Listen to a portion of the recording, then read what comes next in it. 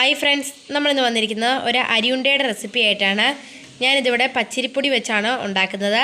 അതിനായിട്ട് ഞാനിവിടെ 1.5 കപ്പ് പച്ചരി അരിപ്പൊടിയാണ് എടുത്തിരിക്കുന്നത്. നന്നായിട്ട് അരിച്ച് നല്ല ഇതാക്കി എടുത്തിരിക്കുന്നതാണ്. നല്ല സോഫ്റ്റ് ആയിട്ടുള്ള പൊടിയാണ്.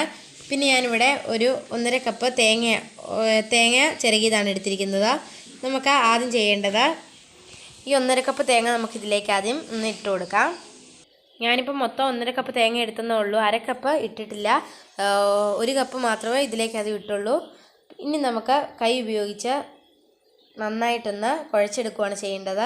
ഇതെല്ലാം ഒന്ന് നന്നായിട്ട് തേങ്ങയുടെ വെള്ളമെല്ലാം ഒന്ന് ഇറങ്ങി അരിപ്പൊടിയായിട്ടൊന്ന് പിടിച്ച് നല്ല ഇതായിട്ട് വരാൻ വേണ്ടിയാണ് ഇനി കൈ ഉപയോഗിച്ച് ഇളക്കുന്നത്. നന്നായിട്ടൊന്ന് മിക്സ് ചെയ്ത് കൊടുക്കാം. മൊത്തം ഒന്ന് നല്ല രീതിയിൽ ചെയ്തെടുക്കാം. എല്ലാം നന്നായിട്ടൊന്ന് ഈ തേങ്ങയിലെ വെള്ളമെല്ലാം ഇറങ്ങി പച്ചരിപ്പൊടിയായിട്ട് അരിപ്പൊടിയൊക്കെ ആയിട്ട് പിടിച്ച് നല്ലതായിട്ട് വരണം. ഞാനിതിവിടെ പച്ചരി ഉണക്കി പൊടിച്ചെടുത്തിരിക്കുന്ന അരിപ്പൊടിയാണ് ഇവിടെ എടുത്തിരിക്കുന്നത്. അപ്പോൾ ഞാനിതിവിടെ ഒരുവിധം നന്നായിട്ടൊന്ന് ഇളക്കി വെച്ചിട്ടുണ്ട്. ഞാനിവിടെ ഒരു 1/4 ഭാഗം കൂടെ തേങ്ങ യൂസ് ചെയ്തായിരുന്നു. ഇനി ഇതിപ്പം ഇതിലേക്ക് ഒരു 1/4 ടേബിൾ സ്പൂൺ ഉപ്പ് നീരാണ് ഞാൻ ചേർക്കുന്നത്. ഉപ്പ് നീരോ ഉപ്പോ പൊടിയോ ചേർക്കുക. ഇപ്പോൾ അരിപ്പൊടി വെച്ചല്ലാതെ നമ്മളിപ്പം കടയിൽ നിന്നൊക്കെ മേടിക്കുന്ന അരി നമ്മൾ ചോറൊക്കെ ഉണ്ടാക്കാൻ ഉപയോഗിക്കുന്ന അരി വറുത്ത് പൊടിച്ചാണെങ്കിൽ നമുക്ക് ഈ അരിയുണ്ട തയ്യാറാക്കി എടുക്കാവുന്നേ ഉള്ളൂ. ഇതിപ്പോൾ നന്നായിട്ടൊന്ന് ഇളകി നല്ല മിക്സായിട്ട് വന്നിട്ടുണ്ട്. ഈ പരുവത്തിൽ ഒന്ന് ആക്കിയെടുത്താൽ മതി.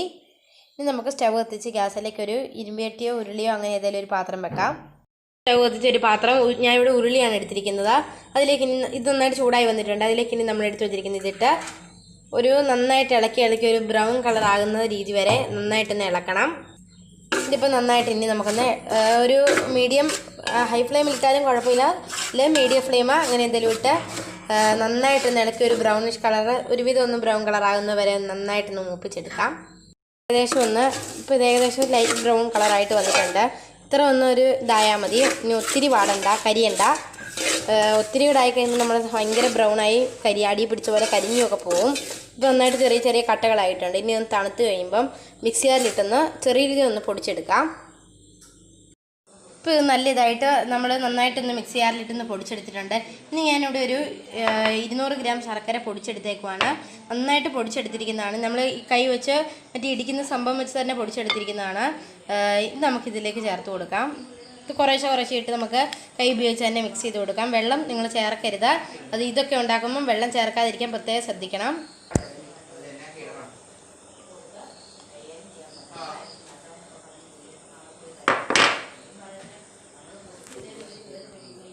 ഇതിപ്പോൾ ഞാൻ ഇത്ര ഇതിലേക്ക് ഇട്ടിട്ടുണ്ട്.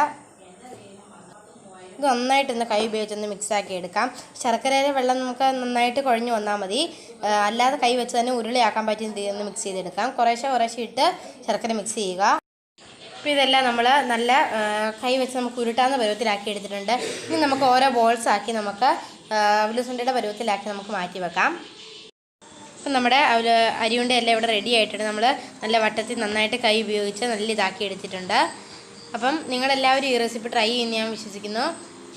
പിന്നെ എൻ്റെ ഈ ചാനൽ സബ്സ്ക്രൈബ് ചെയ്യാത്തവർ സബ്സ്ക്രൈബ് ചെയ്യണം.